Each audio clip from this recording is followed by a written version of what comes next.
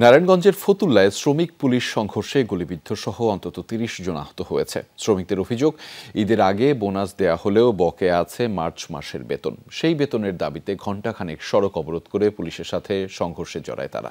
Shea butter, aloe vera ও vitamin E সমৃদ্ধ lily beauty soap. শ্রমিক police সংঘর্ষের রণক্ষেত্র নারায়ণগঞ্জের ফতুল্লার বিসিক এলাকা। ইটপাটকেল নিক্ষেপ ও রাবার বুলেট আর টিয়ার শেল ছোড়ার শব্দে আতঙ্ক ছড়িয়ে পড়ে আশেপাশের এলাকাতেও।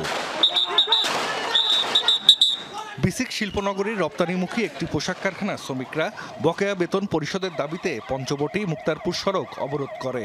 শিল্প পুলিশ তাদের সরিয়ে দিতে গেলে বাধে সংঘর্ষ। শ্রমিকরা জানান ৮ এপ্রিল কাজ করার পর কারখানা ছুটি দেয়া হয়। ঈদের আগে বোনাস পেলেও বকেয়া থাকে মার্চ মাসের বেতন। রোববার সকালে কাজে যোগ দিতে গিয়ে কারখানা বন্ধ দেখতে পান তারা। বেতন দেয় না ঈদের আগে কোন তরি, মানে আমরা বাড়িতে টাকা পয়সা দিতে পারি না, আমরা এনে থাই মনে করেন ভাড়া ম্যাচ বিল দিতে পারি না, এখন না বাইরে রাস্তায় আইছি।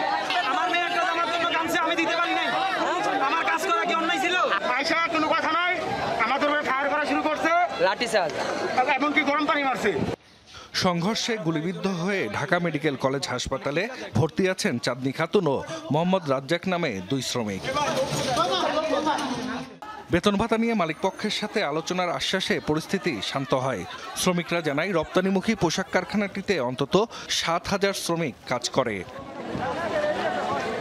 জাহিদ হাসান, যমুনা নিউজ।